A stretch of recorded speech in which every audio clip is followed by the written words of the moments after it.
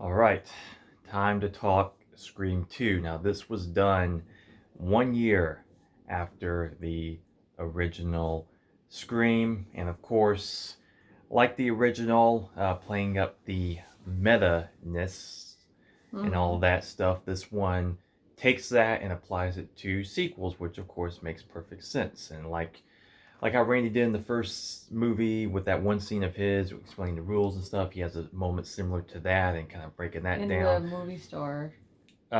Yeah, well, yeah, in the first one, this one, he when he was in the little cafe or whatever with Dewey. Oh yeah. Yeah, we were talking about sequels and all that stuff, and who could be the killer and this and that. Yeah, yeah. Yeah, so of course the first one being a huge success, of course following that one up, we get this one shortly after, and like the original, you open up on a big set piece to set up some nice kills there. Some could argue, which one's better or whatever, but just to jump right into it to get your general thoughts, how did you feel about Scream 2?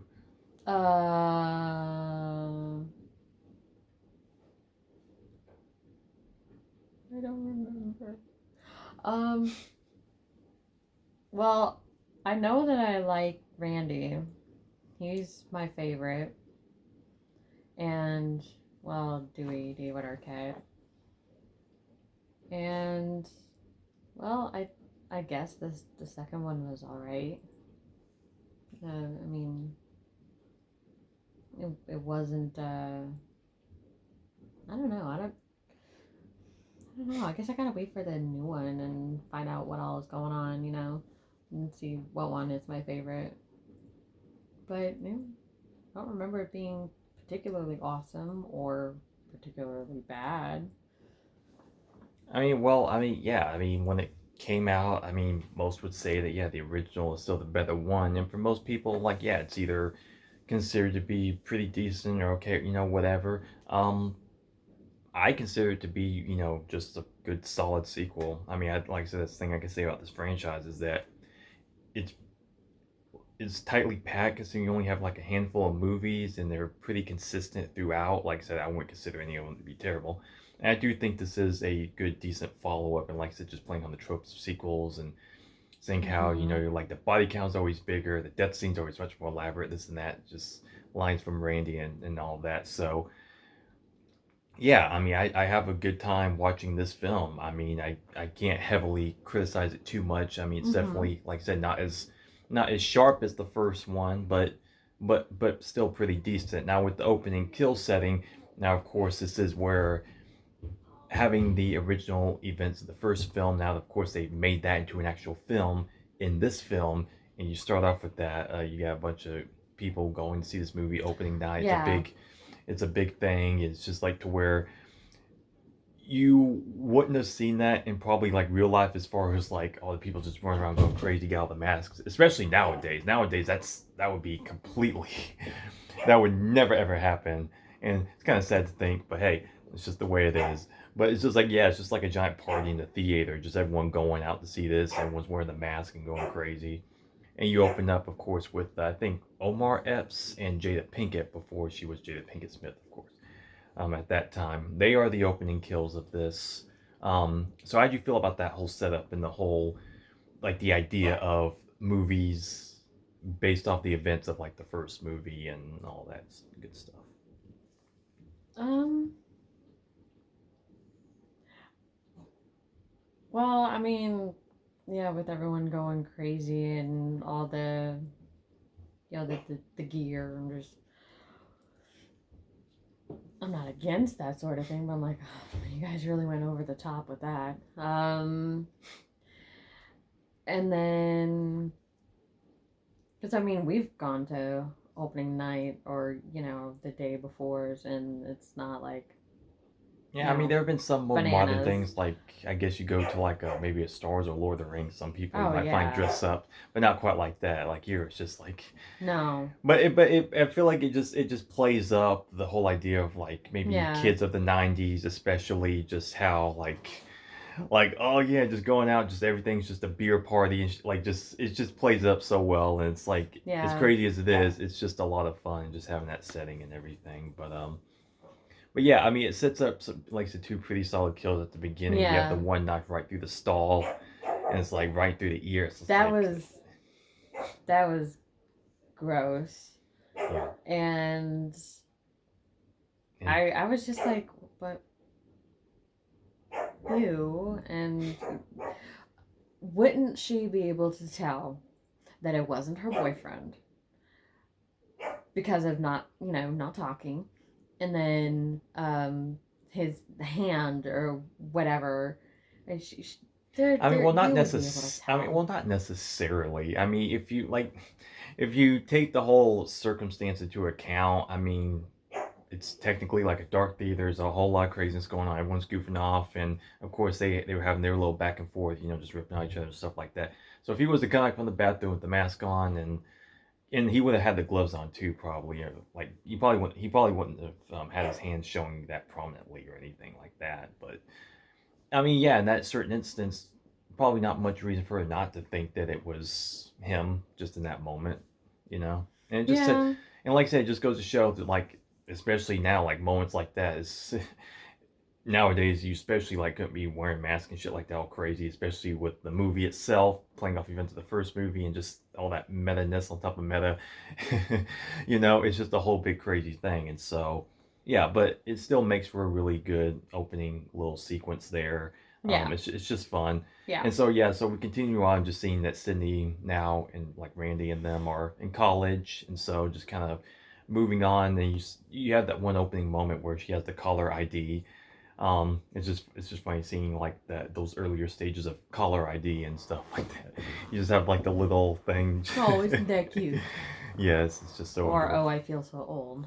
Yeah, and then you see that Sydney now definitely has like that sense of understanding of, like, people calling her and just messing with her now that her life has become such this whole orchestrated thing, people like going into her life and being the center of attention throughout all these events, and of course with Hmm. her mother prior, so just clearly dealing with calls, and of course with the movie coming out, so she knows what she's kind of up against now. But of course, once actual killings start to happen again, then that's when of course it becomes very, very serious.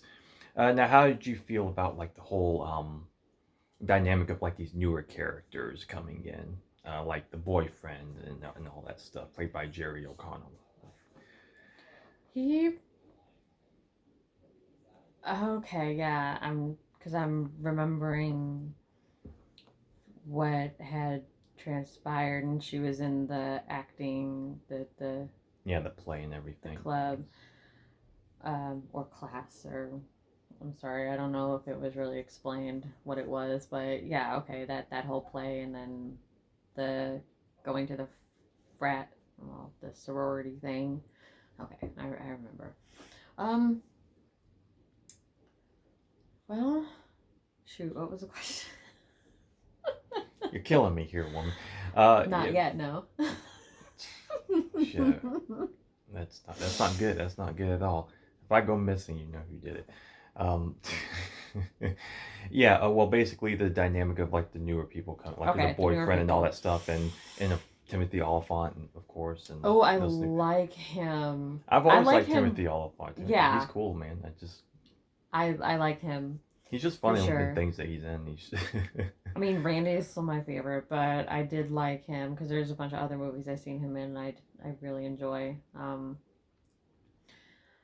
Eh, I don't know. I didn't really have that, a huge attachment to anybody in particular. Just I know certain people, and some people are good. Some people are just eh.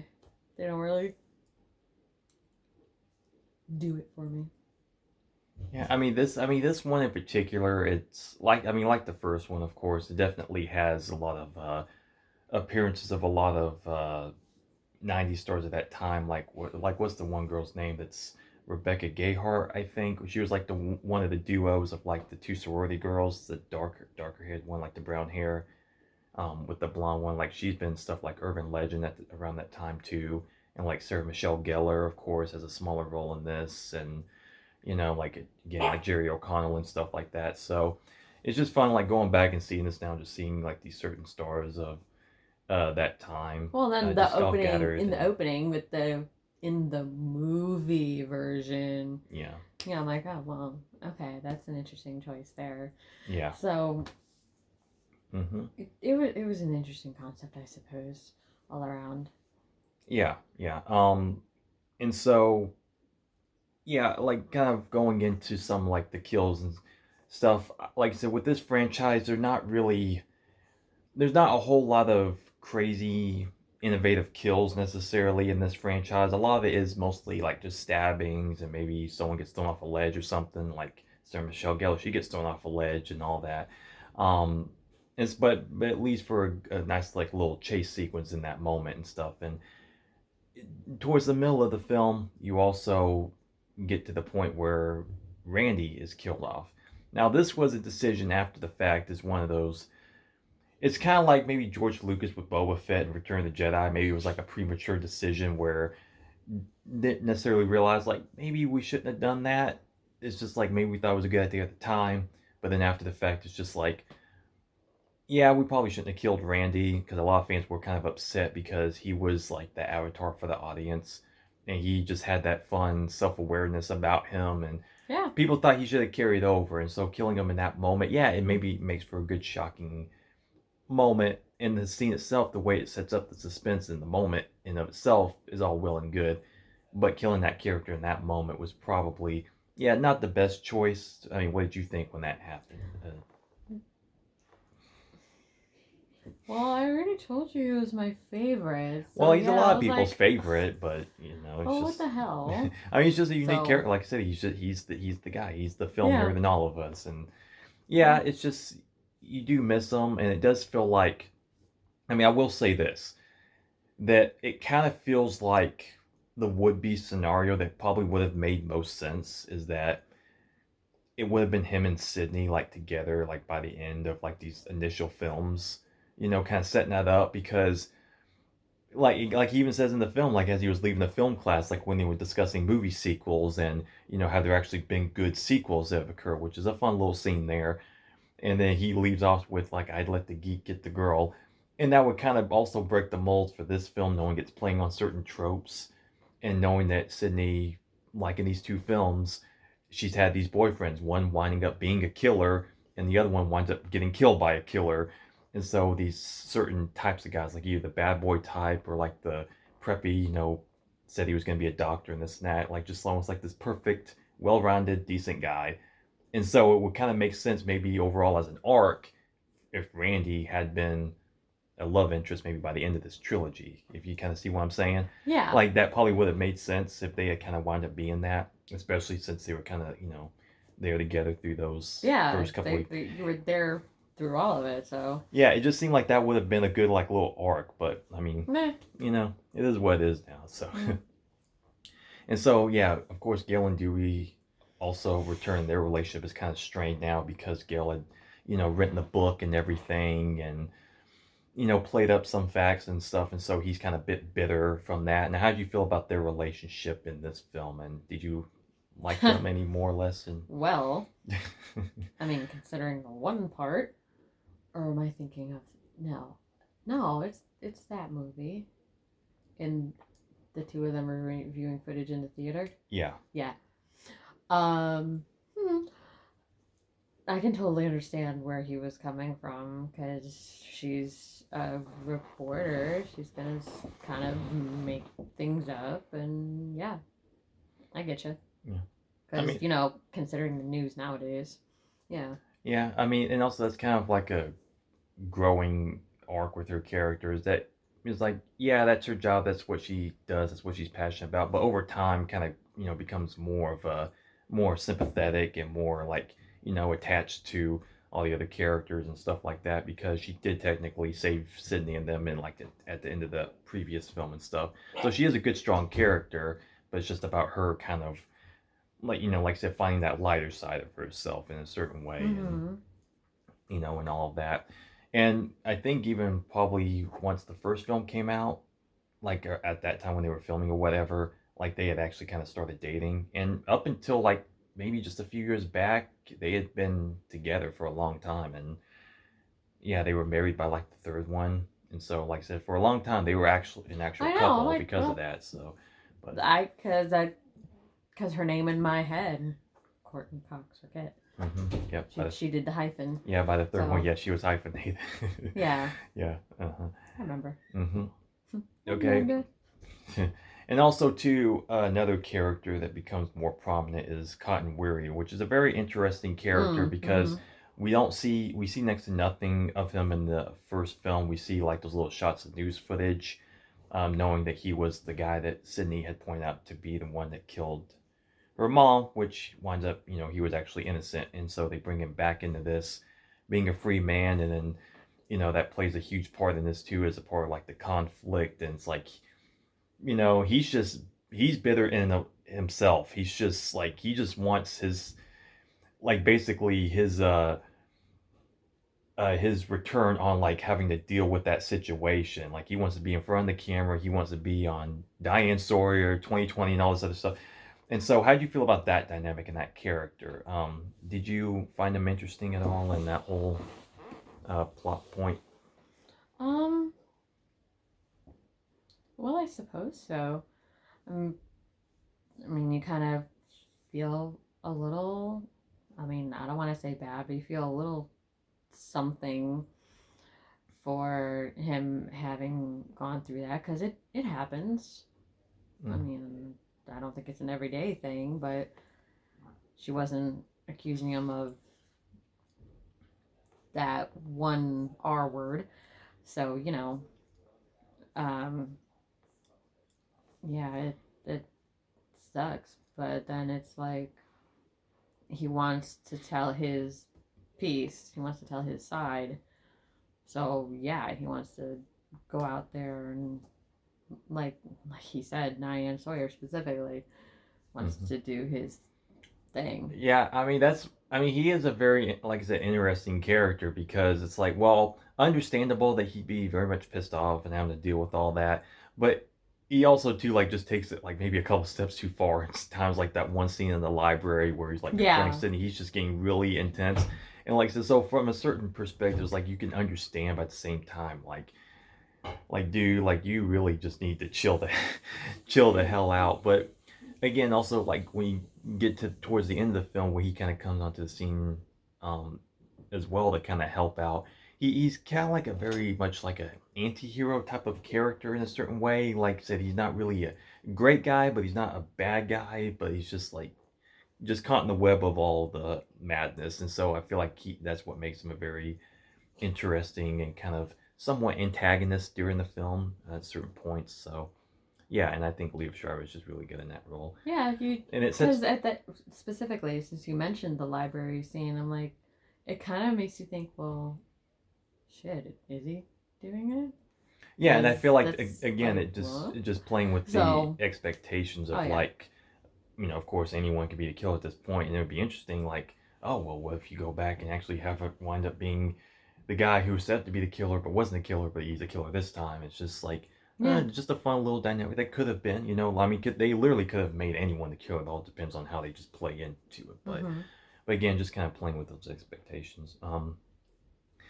And so, and even fun moments like throughout, like with the cameraman and one Sydney's friend, where she's like, "Did you get that on film?" He's like, "Yes, I got that on film." And just like, that was and the funny funny. thing about that moment is that her line was scripted, his wasn't, and so that was completely improvised on his part. And supposedly, she was actually kind of pissed because after that, because she thought like she like ended the scene and she had her little stamp on it, like, did you get that on film, like a fun little moment.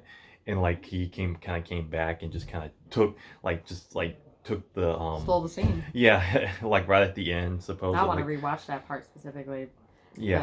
it's good. Yeah, yeah, he's actually a funny character. And so getting towards the end of the film, once everything starts to get revealed, everything leads back to the theater. Her boyfriend's all tied up because of the whole earlier thing with that whole cafeteria where he's singing and shit and gives Something her his about the letters. And fraternity yeah, and and they're just is like, hazing him. yeah, Yeah. and just all this and that. So we arrive to that giant confrontation there.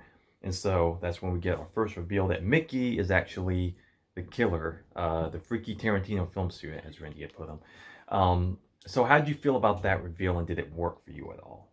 as far as him being the killer and his motivations and all that stuff.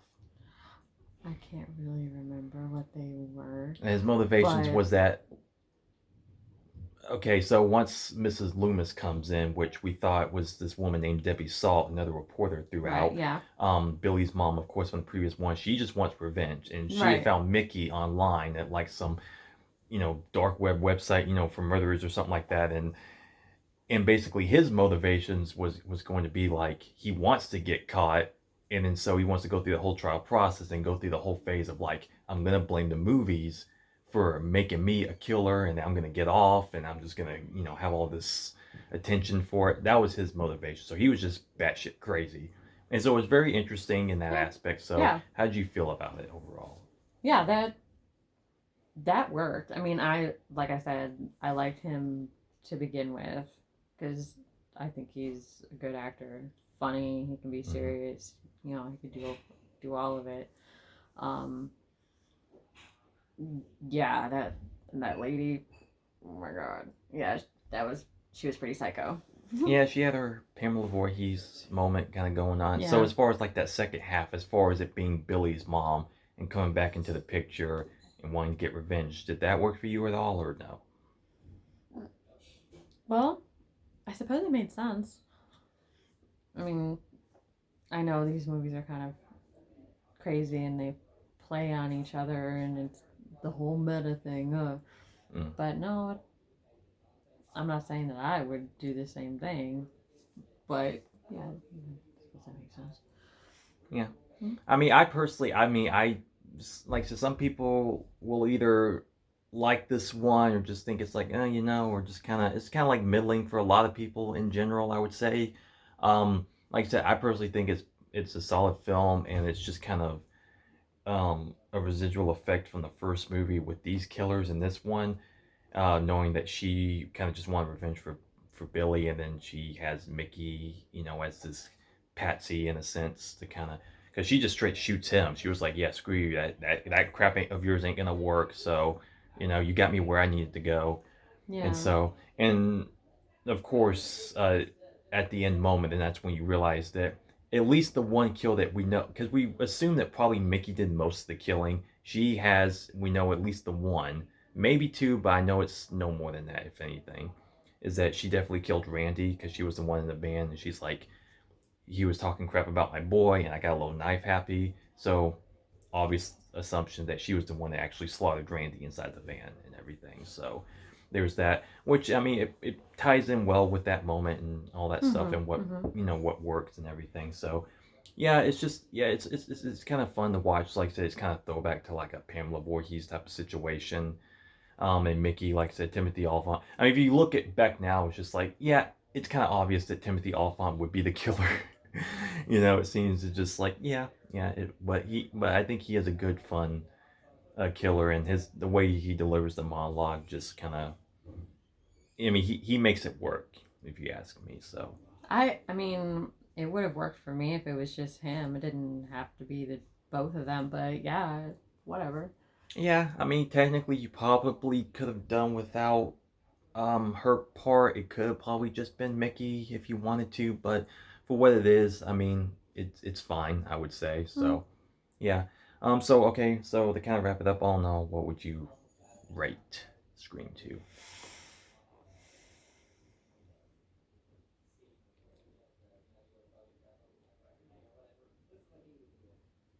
3.5 or 4, something like that. Okay. I'd probably rate about 3.5 myself. Like I said, I'd rate the original probably about 4.5 or 5, something like that. Because it's just a really good, solid film. Like I said, this one not as sharp, but it's still good, solid film that I can enjoy easily, and it's just like I have no problem with it Mm-hmm. whatsoever. Like I said, it's probably the biggest thing is the Randy thing because that definitely probably had more potential, but that is what it is. You can't really do anything about that. So, all right, so that'll do it for our review of Scream 2. Onward to Scream 3, and we will be back. Thank you.